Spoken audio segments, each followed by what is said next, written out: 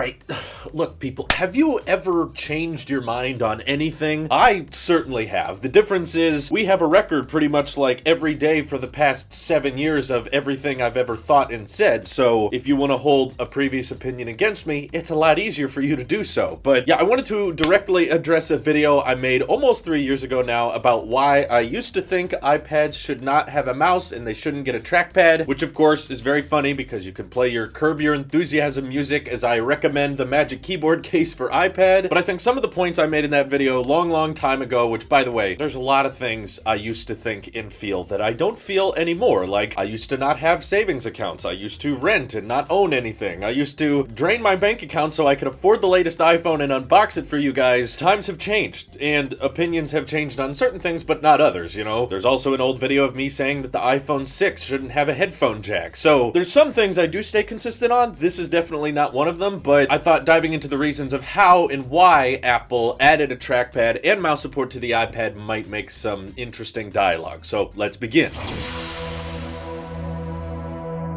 Yeah, I know, I sound like a politician today, except the difference between me and a politician is my opinion affects no one. It doesn't matter at all. It's just because it's said by someone who has a few subscribers on their channel, people think it has power. So it really doesn't. I'm just a guy living at home talking about what I think, and I am wrong on lots of things. But Apple added, obviously, trackpad support, and they released this accessory, which basically turns the iPad into a laptop. But the reason I used to be against this idea, in fact, it wasn't even last year that I was saying I'm not in favor of this. In fact, it was probably just a couple episodes of the podcast ago where I was saying that if they added a trackpad to the iPad, it would be stupid because trackpads are for Mac and iPad is built for touch. But once I officially saw how Apple handled trackpad support, I felt like it was justifiable and it made a lot more sense than originally I was expecting it to. Because whenever I imagined iPad getting mouse support, I just imagined that same pointer mouse we've had on macOS for years just coming to the iPad and basically imitating the MacBook experience we've already had, and I didn't want that. I didn't want them to just port over the mouse, and that's not what they did. Now, I haven't really in my reviews dove into how they didn't do that, and I wanted to get more precise about it today, just like a mouse, so it's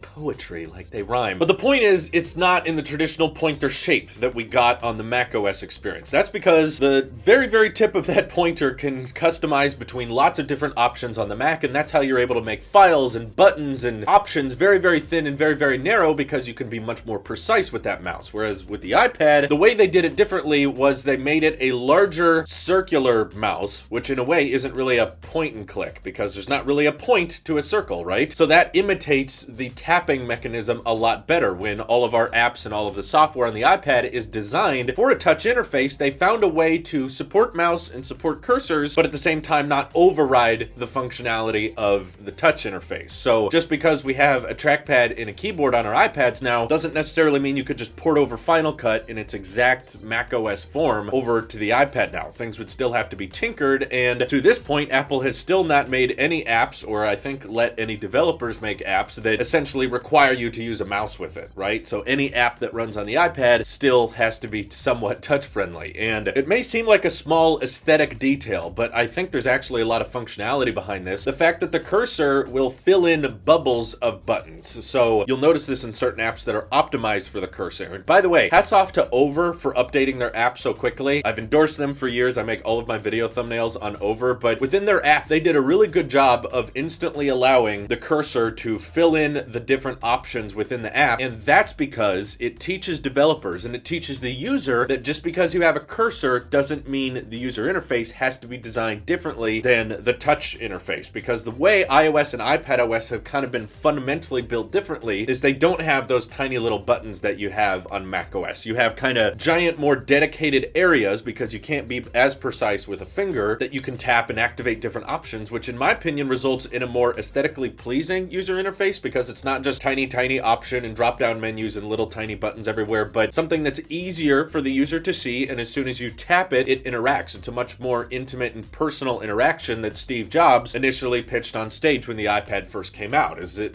was a much more personal and fluid experience because you're combining the user interface and the display interface all in one place, whereas on the Mac it was always separate. So why did Apple change that and decide to let cursor support come to the iPad? I think it's because they wanted to make the iPad more flexible flexible. They wanted the iPad to be able to not just do touch things, but also have a cursor for those people who want to be more precise when using certain aspects of the iPad, but not have to redesign it entirely, because if they did want to redesign the iPad OS to be more pointer-centric, it would end up probably just looking like Mac OS. So the consistency with Apple's lineup actually makes a bit more sense to me, because it's sort of like we have iOS on the iPhone, which is kind of built exclusively for touch. You know, there's no mouse support on the iPhone. Watch that end up coming out, and then you guys can come back to this video and say, you're wrong now. But we have Mac OS, which is built for keyboard and mouse, and then iPad OS is kind of the bridge. It's kind of the best of both, trying to merge the two and say, here's the benefits of having a fluid touch interface, but also having the options for keyboard and trackpad for those who want it. The fundamental difference here is Apple built a very, very solid foundation, 10 years of software and hardware all around touch, which allowed third parties and pro applications to come to the iPad and re-optimize themselves for a touch interface like iMovie, LumaFusion, lots of photo editing apps like Affinity and Photoshop. They all got to rebuild their apps for touch, and now that that foundation has been built, they can start adding more user interface options that, again, do not exactly rival that of macOS, but give you the benefits of having a mouse or cursor when you need it, while not requiring it and resulting in compromising the tablet mode experience, which is what I think Microsoft ultimately pulled the trigger on too soon. They were like, okay, we can make a tablet, so here's a touchscreen, but we don't want to design anything that's good for the touchscreen, so we're just going to give it full Windows 10 support. You can dock a keyboard and trackpad to it, and boom, we'll call it a day. But then you don't really get optimization. You don't really get third-party support for things that are built for tablet mode, because everyone knows, well, it's just Windows 10. So my app works with keyboard and mouse on the desktop. I don't need to do anything differently when it's on the Surface. So Apple avoided that by allowing such a solid touch interface foundation and designing the cursor to be separate from the Mac, even though you can still get a lot of those benefits. So because Apple did things differently and because they didn't port over the Mac OS experience directly, that's why my opinion and my perspective on the trackpad and the cursor with iPad, yeah, it changed. I know what I said. I rewatched a video this morning, and ultimately a lot of that video still holds up, because I still agree that a lot of the user interface experience should not be identical to what it is on Mac OS. It can gain benefits and advantages that Mac OS has, but not replicate it directly. And 3 years ago, I just never considered that the cursor and mouse support could be completely redesigned and rethought out for the iPad experience. I was too close-minded. I didn't consider that as an option, and now that that option has been presented, it now results in me saying, okay, yeah, that makes sense. In fact, I enjoy using the iPad with the trackpad for certain things, but ultimately, I also still enjoy pulling the iPad off and using it for touch at the same time. And I feel like I don't have to be compromised on either experience, which is why, ultimately, like I said in my review, the iPad Pro is now, in my opinion, the best 2-in-1 on the market, because you're getting a solid experience on both the tablet and laptop modes of the device. And my opinions will probably change again in the future. Let me preface all future videos by saying, yeah, sometimes I see new options or situations change and opportunities come up, and then I think, okay, I was wrong in the past. I'm not insistent on being the guy that just always stays consistent with his word, and I never change my opinion on anything. I think that would be boring. In fact, the whole reason I called my channel Tailosive Tech and not something like Apple Sheep Rants was because I didn't want my channel to be brand exclusive to a certain company or always be defensive towards Apple, because I fully admit Apple might do some things in the future, more things like the Mac Pro and the Pro Display, that I don't like and I don't want to defend. And if some other tech company started doing better, I would shift my attention towards them. And while I don't see it as a likely hypothetical, I still think it's possible that someday a company might be making technology or might make an ecosystem better than Apple's, in which case I would start defending them and I would talk about them on this channel. So opinions and perspectives, yeah, they change, especially when we see options that we didn't know existed. So that's why I'm now okay with the iPad having a heavily optional trackpad support, and you should vote for me as I'm running for the US Senate. No, I'm not running for Congress, but with all my opinion shifting, I probably should. Let me know what you guys think of me being a hypocrite by hitting me up over on Twitter, joining my Discord, and don't forget to vote for me when the next Twitter poll asks you who's the most overrated YouTuber. This is your Apple Sheep here. I'll see you in the next one.